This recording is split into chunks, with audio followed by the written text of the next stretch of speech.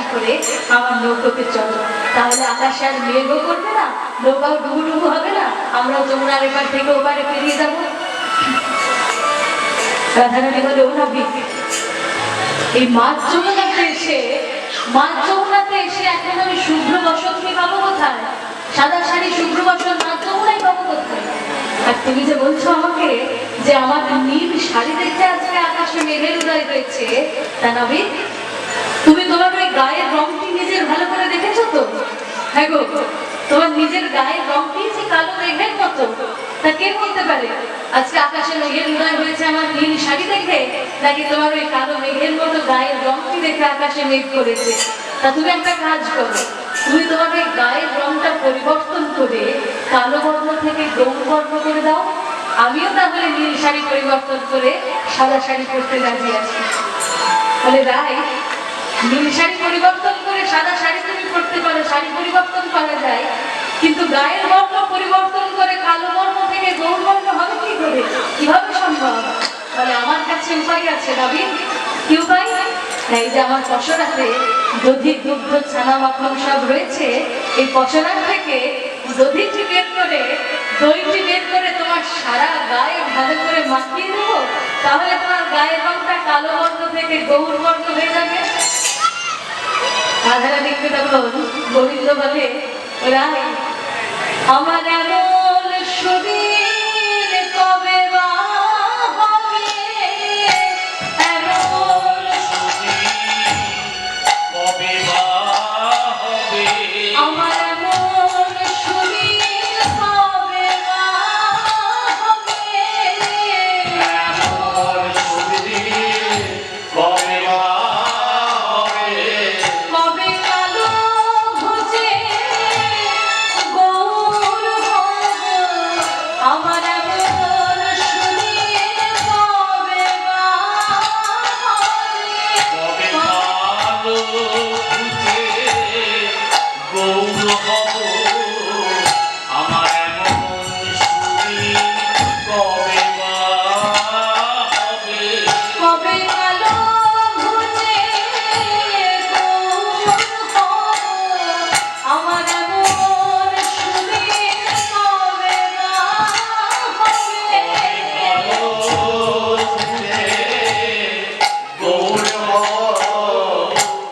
এমন শরীর কবে বা হবে।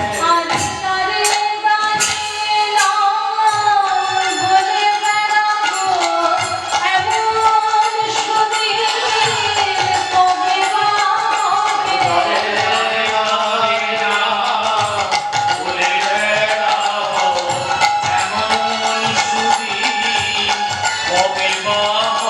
আহাজারে দাঁড়িয়ে নাম বলে বেড়াবো, আমার এমন শরীর কবে বা হবে,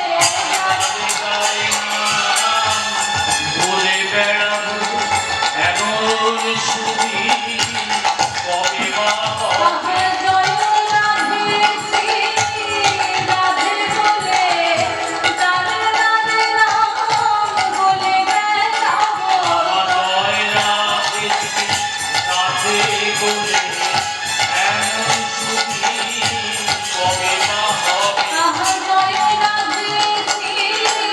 রাধে বলে, আমি রাধে রাধে নাম বলে বেড়াবো,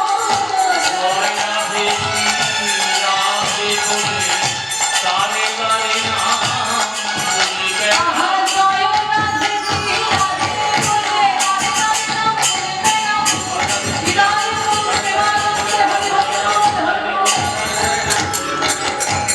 এমন শরীর কবে বা হবে, এমন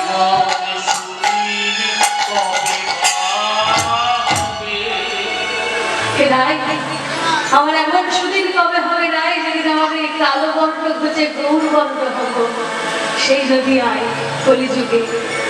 রাধারানীকে নৌকোতে চড়িয়ে ধীরে ধীরে সেই নৌকাটা তলিয়ে দিচ্ছে, আর রাধারানীকে ভয় দেখাচ্ছে, এই বুঝি নৌকাটা ডুবে গেল, এই বুঝি আমাদের নৌকাটা টলমল হয়ে গেল, মাঝ যমুনায় আমরা ডুবে গেলাম। রাধারানী ততই কারিমাকে রেগে যাচ্ছেন, বড়াই আমাকে রক্ষা কর, আজকে আমি ডুবে যাবো। আজকে মাছ যমুনায় বুঝি ডুবে যাবো আমি। বাড়িমা বলে, রাই, যার নৌকাতে তুই চড়েছিস ওর নৌকাটা যদি আজকে ডুবে যায় তাহলে ওর নামের তরেই ডুবে যাবে, ওর নামই ডুবে যাবে। যার নৌকাতে চড়েছিস ও নৌকা কোনোদিনও ডুববার নয়। এক মনে তুই ওই নাবিকের স্মরণ করে, নাবিককেই স্মরণ করে নৌকাতে বসে থাক, কোনোদিনও ডুববে না। রাধারানী মনে মনে ভাবছে যে ওই কুল থেকে আমি বহু দূরে চলে এসেছি, আর যে কুলে আমাকে পৌঁছতে হবে সেই কুলও আমার বহু দূর। তাহলে এই মাঝ যমুনাতে এসে পৌঁছে এখন তো আমাকে আর পিছনের পানে ফিরে চাইলে চলবে না। রাধারানী মনে মনে চিন্তা করছে, মাঝ যমুনায় এসে রে মন কুলের পানে চা।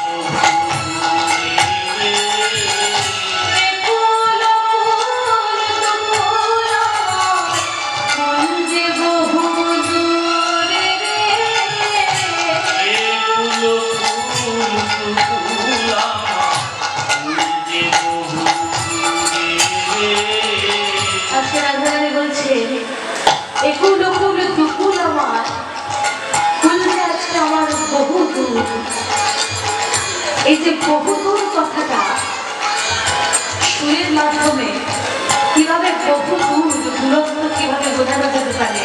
রাধারানী বলছেন, একুল অকুল দুকুল আমার কুল যে বহুদূর। কিরকম দূরত্ব? একুল অকুল দুকুল আমার কুল যে বহুদূর। একুল অকুল দুকুল আমার কুল যে বহুদূর।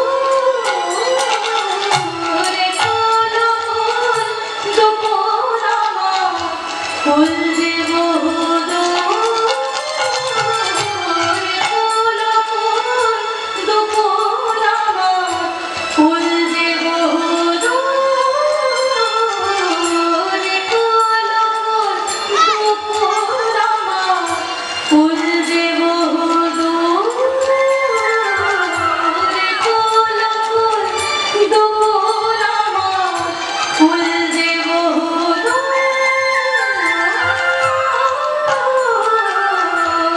একুল অকুল দুকুল আমার কুল যে বহুদূর। একুল অকুল দুকুল আমার কুল যে বহুদূর। একুল অকুল দুকুল আমার।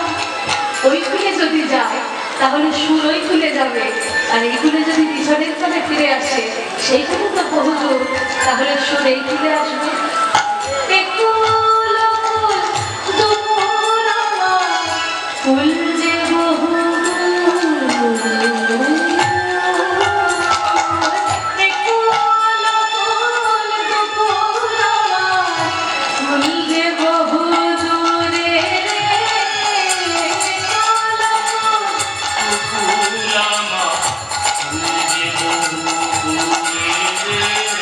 কুলের পানে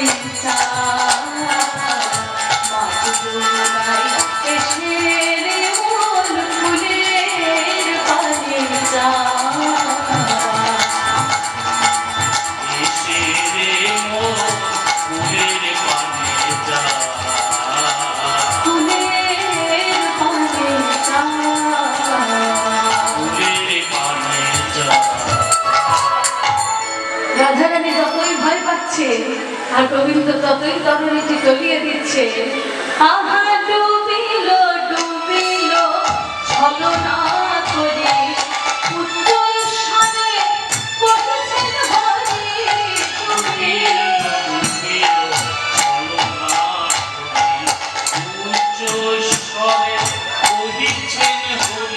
ডুবিল ডুবিল ছলনা করে উচ্চ স্বরে বলেছেন হরি ডুবিল।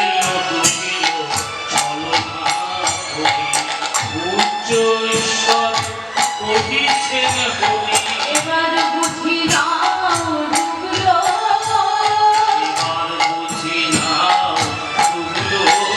আহা এবার বুঝি নাও ডুবলো।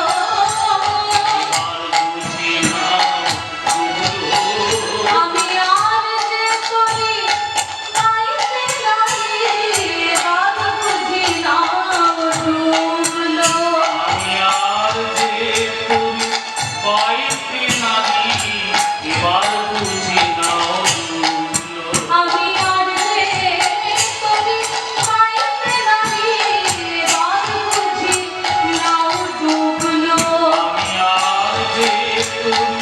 গাইতে গাই এবার বুঝি নাও ডুবলো। যতই তরণীটি টলিয়ে দিচ্ছে আর রাধারানী ভয় পেয়ে যাচ্ছেন, এই বুঝি ডুবে গেলাম, এই বুঝি ডুবে গেলাম। আর ভয় পেয়ে রাধারানী তখন কি করলেন? রাধারানী বুঝতে পারলেন যে এই মাছ ডুবনায় মাছ দরিয়ায় যদি আমাকে কেউ কুল দিতে পারে, এই অকুল থেকে যদি আমাকে কেউ একমাত্র কুলে নিয়ে যেতে পারে, তিনি হচ্ছেন পতিত পাবন শ্রীহরি, আজকে স্বয়ং যিনি এই তরির কান্ডারি। রাধারানী তখন কি করলেন? ভয় পেয়ে সেই নাবিকের গলাতেই জড়িয়ে ধরলেন। আর নাবিক তখন কি করলেন? রাধারানীকে বক্ষে ধারণ করে যমুনায় ঝাঁপ দিয়ে দিলেন। তখন ভয়েতে কিশোরী দুবাহু পশারি ধরিল নে